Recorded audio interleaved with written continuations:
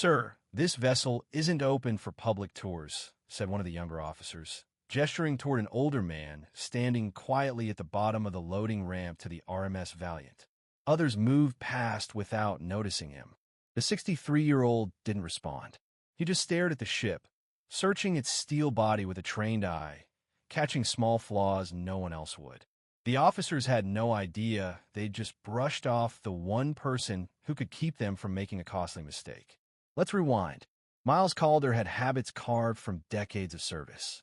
Before sunrise, he was already out of bed in his modest apartment in Bridgewater Port, his feet hitting the chilly tile floor before his alarm even blinked. The radiator in the corner sputtered to life with a rattling sigh, more decorative than functional. In the cramped kitchen, a slow-drip coffee pot struggled to fill a ceramic mug printed with an old Coast Guard insignia. That mug hadn't left his counter in over a decade. His world was quiet. Occasional calls from scattered ex-shipmates on birthdays, and seasonal gigs fixing fishing boat engines or inspecting dock equipment. On a bookshelf beside nautical manuals and tool catalogs sat 3 keepsakes: a miniature model of the old Sentinel-class patrol cutter, a worn photo of his last crew, and a scuff plate that once read, RMS Valiant, untamed, unbroken. Miles wiped that plate every Sunday, like a ritual. It was the last link to the ship that had defined most of his life. He heard the Valiant had been recommissioned, turned into a tactical training platform. The news came from a printed notice tacked onto a corkboard at Dock 4. In tiny letters, authorized personnel only, RMS Valiant, Dock 3. He took a city tram that morning, then walked across the windy wharf. The salty air carried a sharp metallic bite, tinged with oil and seaweed. When the Valiant came into view, he stopped. Nothing had changed. Its boxy silhouette and dull gray shell stood like an old soldier at parade rest. The lines were the same. The sharp nose, flared stern, the radar tower still spinning sluggishly. The Union Jack fluttered lazily above the bridge. The ship's name, faintly stenciled in chipped paint, stirred something deep in him. He moved toward the gangway. Uniformed cadets were boarding, led by instructors barking directions.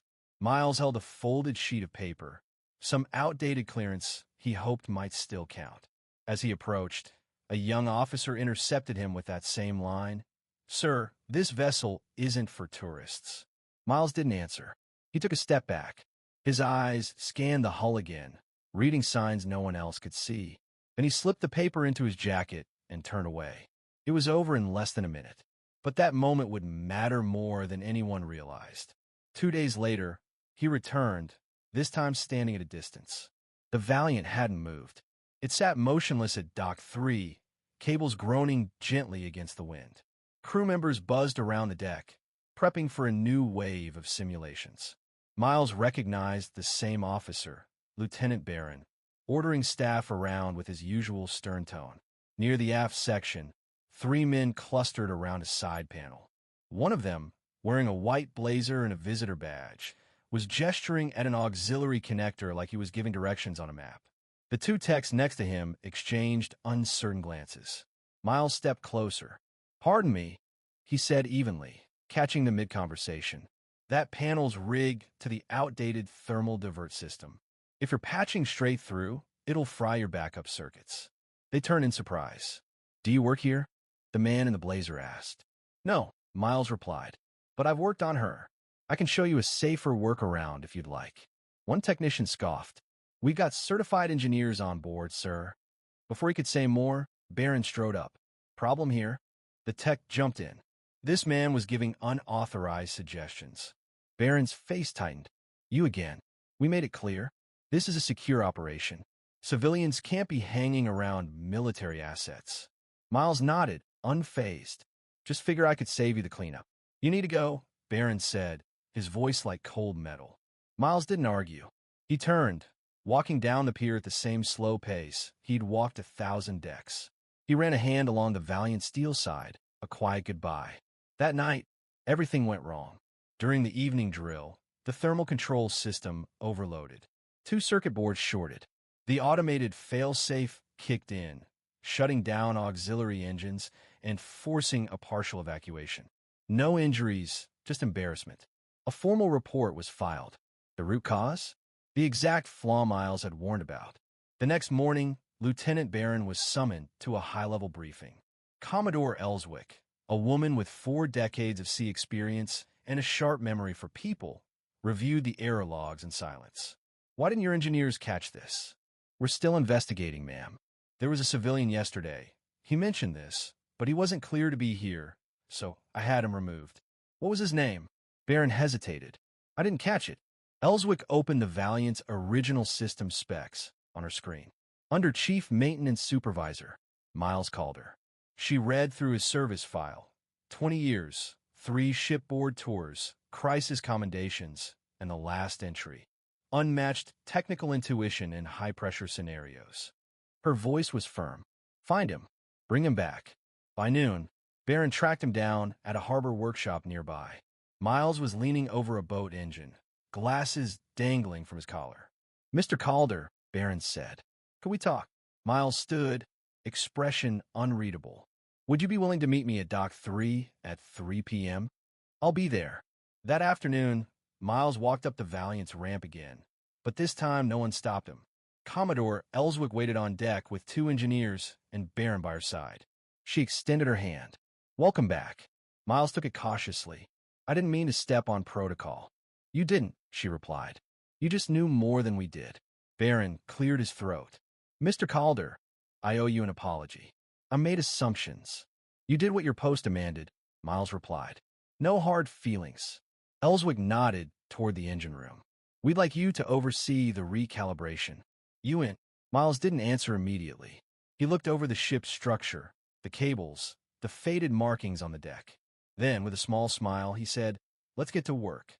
By evening, the system was stabilized. The bypass was reconfigured. Readings were normal.